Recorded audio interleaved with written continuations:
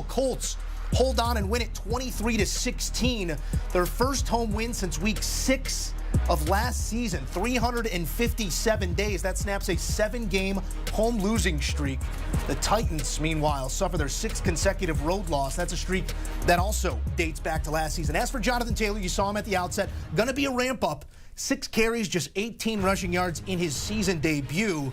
Zack Moss, 445 yards on the season.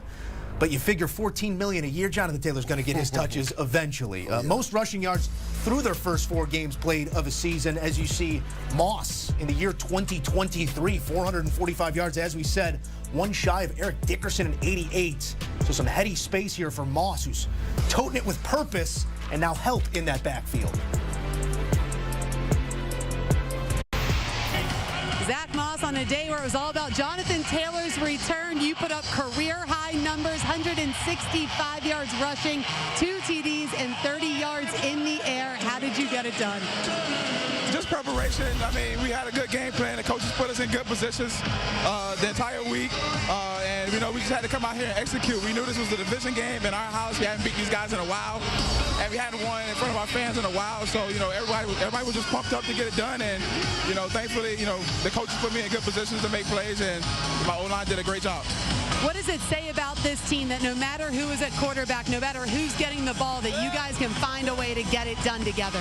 We fight, right? We fight. We know, you know, a lot of people don't believe in us and all that type of stuff, but, you know, we believe in ourselves inside that locker room. So every time we come out on this field, we're going to give it our effort, our best every single time. And, you know, these guys, you know, we all of them dogs on both sides of the ball. And when we play complimentary football, we're pretty good. Let's talk about Gardner Minshew for a second. What kind of presence does he bring to this offense? You guys did not miss a step when he came in. Gardner's a pro. I think I said it. Houston game, Baltimore game. He's a pro. He just comes in. He's ready. The moment's never too big. He's played a lot of ball in this league, and he knows how to win. And, you know, obviously when you have a guy like that, when you see him coming in, he's charting in, I just gave him a little quick dap, and it's like, all right, let's work. Well done today. Congratulations. Back in studio, Joe Musso alongside Lige Duz.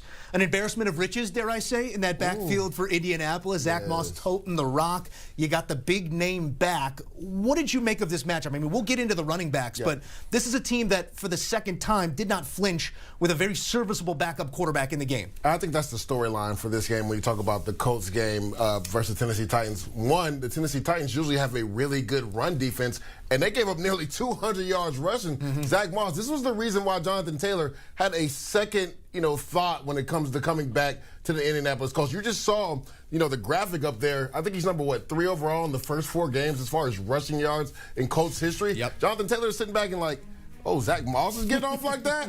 I want some of that, too. With Shane Steichen and the AR-5 Anthony Richardson in the backfield, I think I could have a lot of success in this offense. So I think that was the storyline. Yes, Anthony Richardson going down and having a serviceable backup in Gardner Minshew come in and play serviceable football again is a big storyline. But I think the Tennessee Titans giving it up in the run game when they've been one of the best defenses in all of football the last couple of years against the run. Well, let's talk about that road moving forward, because we've seen, I guess most recently comes to mind the Chiefs last season, a lot of Pacheco early, then we had the McKinnon weeks late in the season. I'm not suggesting that Jonathan Taylor in any way is a spell back, $14 million per. You are a feature back. What do you think that run share looks like when they do get both of the guys up and running? Well, Moose, we were watching the game, and we thought it was interesting that Jonathan Taylor didn't get his first carry until the end of the first quarter. Now, we don't know where he's at physically, and the only way to get in football shape is to actually play football. So I think Shane Steichen and his offense are going to be cognizant of that, right? They're not going to push him out there too much, especially